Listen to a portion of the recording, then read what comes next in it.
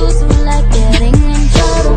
Lashes and diamonds, ATM machines. Buy myself all of my favorite things. Been through some bad shit, I should be a savage. Who would've thought it turned me to a savage? Rather be tied up with claws and my strings. Write my own checks like I write what I sing.